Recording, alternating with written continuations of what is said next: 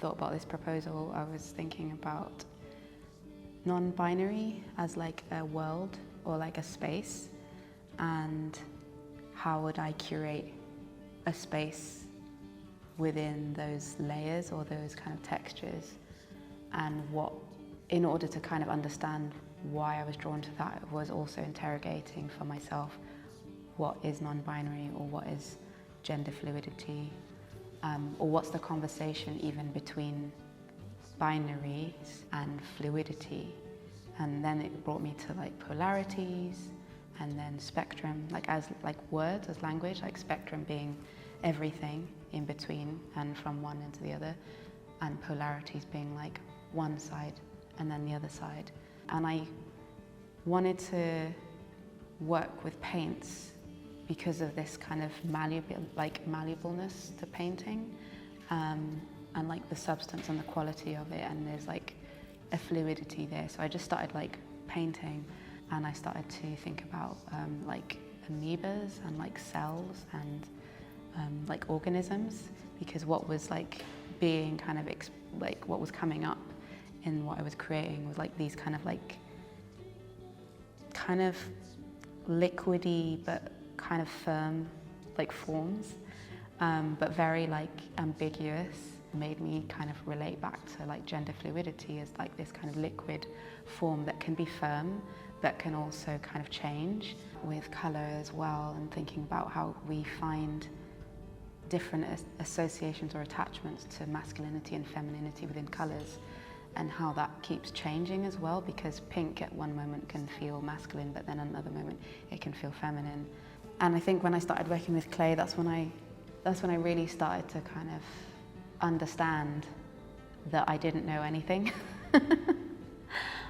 Realizing it's not about non-binary or like gender fluidity, it's about everything, and in that embracing of everything that is like fluidity within masculine and feminine, and that is actually where the movement is. I was more interested in the actual movement, like the actual transitions and the actual like shifting and augmentation and reorientation between what once felt masculine that then becomes feminine, and what's the movement between that. I was making these faces that I would like start off with like the base, and it would like sometimes it felt like I was building like a man's face, and then the more I worked on it, then it felt more feminine, and then eventually I was like looking at this face and I was like, actually it looks like a woman, but maybe it's not a woman, maybe it's not a man, or maybe, I don't know.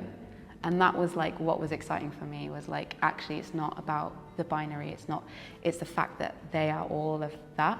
And then sometimes it was the other way around, where I was like, I felt very confident, I was like, yeah, I think this is going to be a woman, you know. And it wasn't something that was predetermined, it was just, I was very open-minded, but it was just, that's what I was seeing, that it felt very like womanly, this energy. And then when I finished, it was like the most masculine face out of all the ones I'd made, and I was like, wow, that's so interesting. Like I thought it was going to be this, and then it wasn't, and it was something I didn't know it was going to be.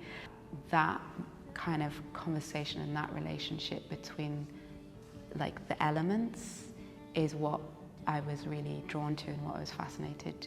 How we perceive nature and what nature is actually doing, and what we think we're seeing and what is actually there, and what we can't see, or what we don't know what we're looking at.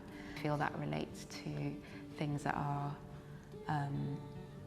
residing or that are coming to the surface in our society, ways that we move in spaces, move in and out of spaces, the way that we connect with people.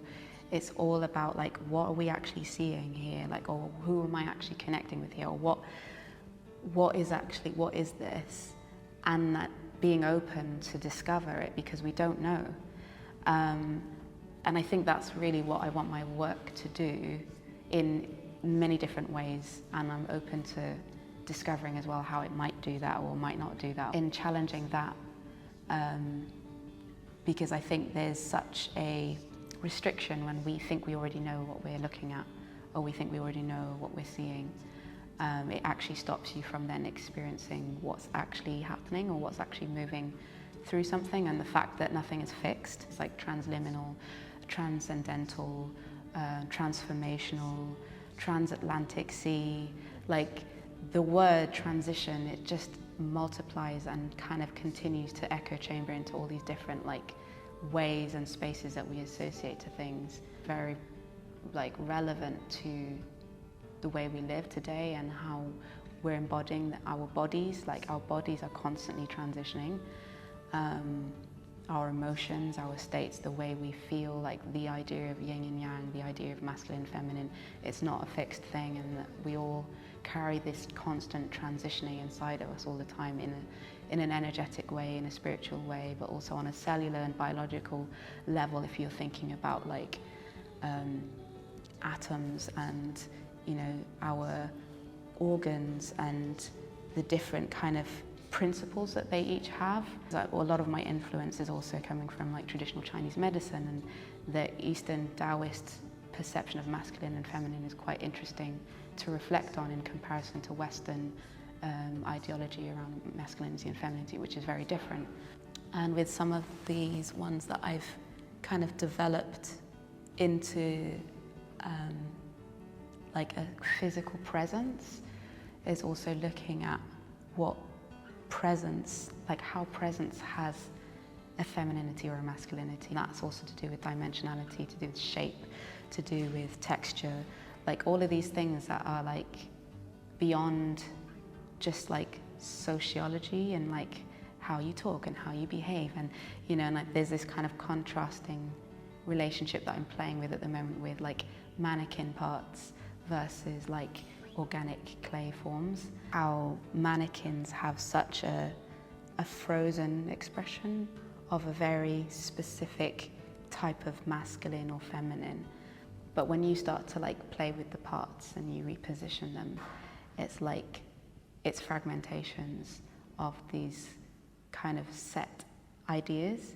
That in itself is quite fascinating. You can just like reposition,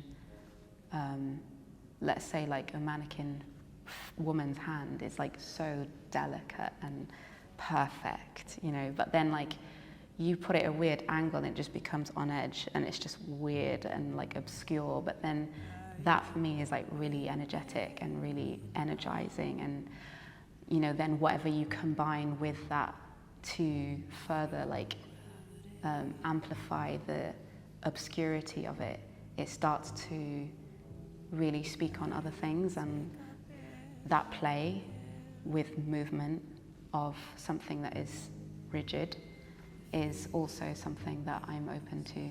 I feel like it's allowed me to let go a lot. I think especially in the earlier stages, I really wanted to know what I was doing and to already know that it was going to work. Especially with clay, you can't know. Like, you have to feel and you have to follow. Like, you don't really know like what it's going to be. Particularly my process anyway, I'm not like copying something and replicating as a very specific image. It's like I'm just allowing it to come through, so I can't know. And I think even arriving to like how I've created the space today, like I didn't really know how I would assemble all the things I've made, and really focusing on the sensation of what is like what I'm actually doing, the sensation of either working with the clay or the sensation of painting, and that being like the guidance, and then how that kind of transfers as a metaphor to like how I'm just living, like whatever the sensation is or whatever the body is processing or feeling, it's like that is, and that's the way, and that's where I need to be. And then I don't need to know like how or where or when, just the knowing that I'm here and I'm embodied and I'm present, and that it will take me where I need to be, and I don't need to know where or how yet. Be able to adapt and just be present and show up. And I think that's constantly what I'm kind of coming back to with the work I'm making, and that process of making and then living. It's the same for me. I think I was like really surprised and excited initially, because there was like some really strong faces coming through, and I was like, oh, who are you? They, when I say they, because this is another area of my project that I've been writing about as research, when we have like pronouns and we say they, them, and I use those pronouns as well. There's like that extra layer onto that, which is deeper, which is beyond gender, it's also ancestry. We are they and them, like, and they're with us, and they are also many genders. How I feel connected to through this work and through the level of ancestry that I'm connecting to in what I'm creating, it's also about acknowledging how they appear. You don't always know what the conversation is going to be, or you don't always know how they're going to show up. You don't always know what you're going to see. Especially with the clay work, it feels very ritualistic. When I begin making a face, I'm about to meet someone. They're going to let me know who it's going to be. And they're all there like, okay, who's next? I'm just like, okay, just wait for my appointment. Or like embracing, acknowledging, and then letting them go. Because maybe they come through to be seen and to be experienced so that they can then move forward. I want it to feel multisensory. And as a neurodivergent person, I also want it to feel like it connects in many different ways, whether it's sound, texture, color, lighting, shape, space, so that it feels accessible in different ways. There are many entry points. For me, that's really important. It's sacred, but the themes are collective. I want the space to be honored, but I also want everyone to feel welcome, that it's a space that is experienced. And I'll pass you on to Flo, because Flo can tell you about her work.